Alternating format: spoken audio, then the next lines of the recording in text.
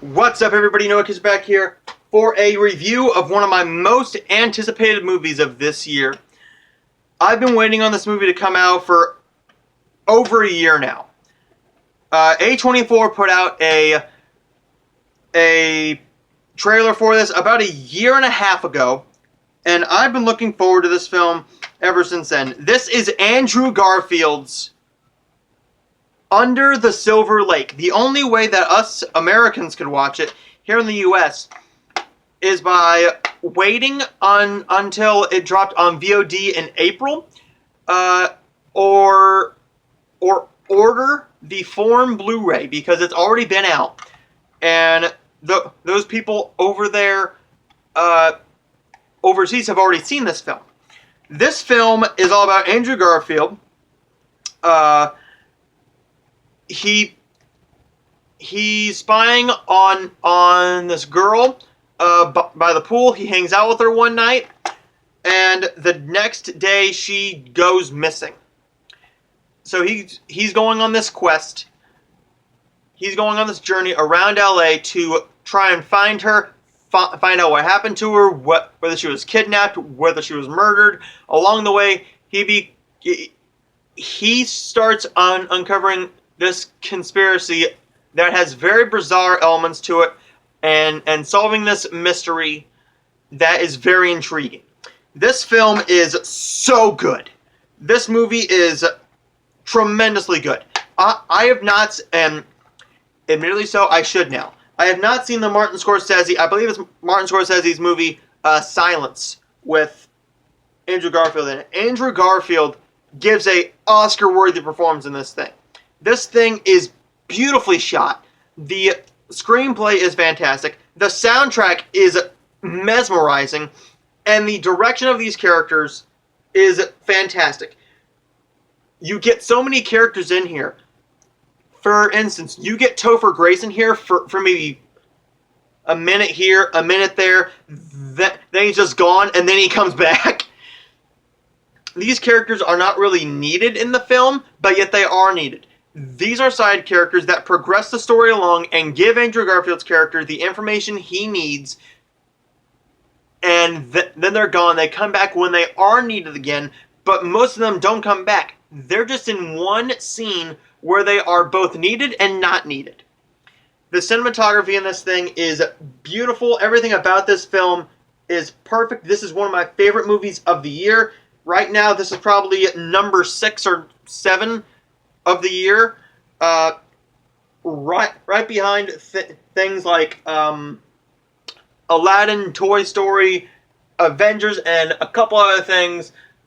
This movie is just straight out fantastic. This is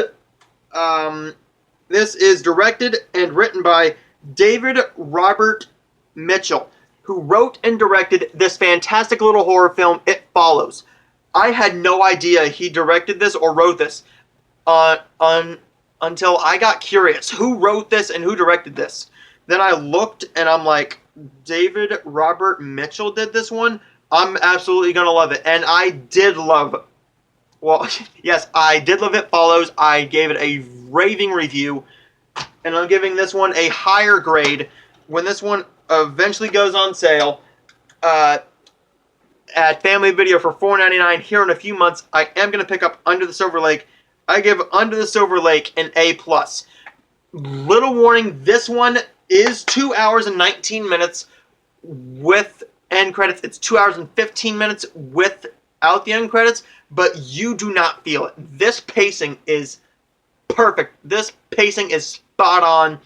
It feels shorter than it is. It felt like I was sitting in the theater as long as I was sitting in the theater watching Toy Story, which was about an hour and 48 minutes and an hour and 50 minutes or so.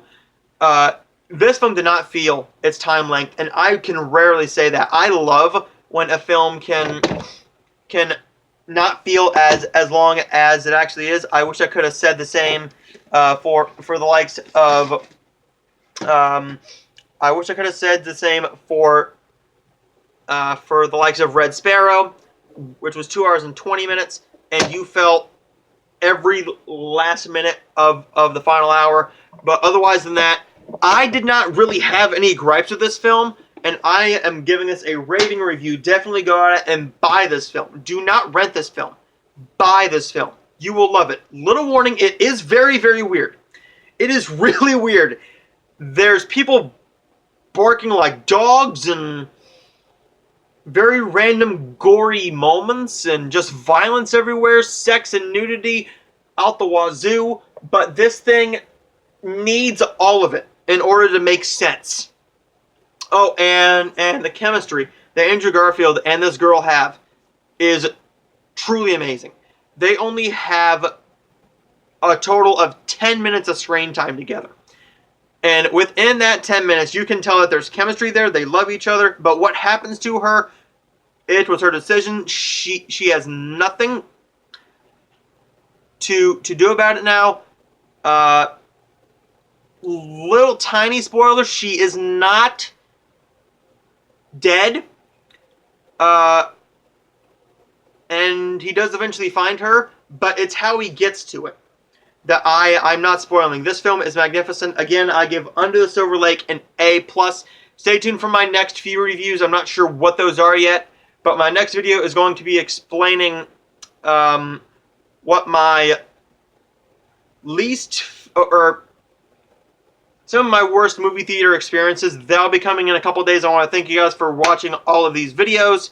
And by the way, if you have not seen my last review, that was review number 1,000.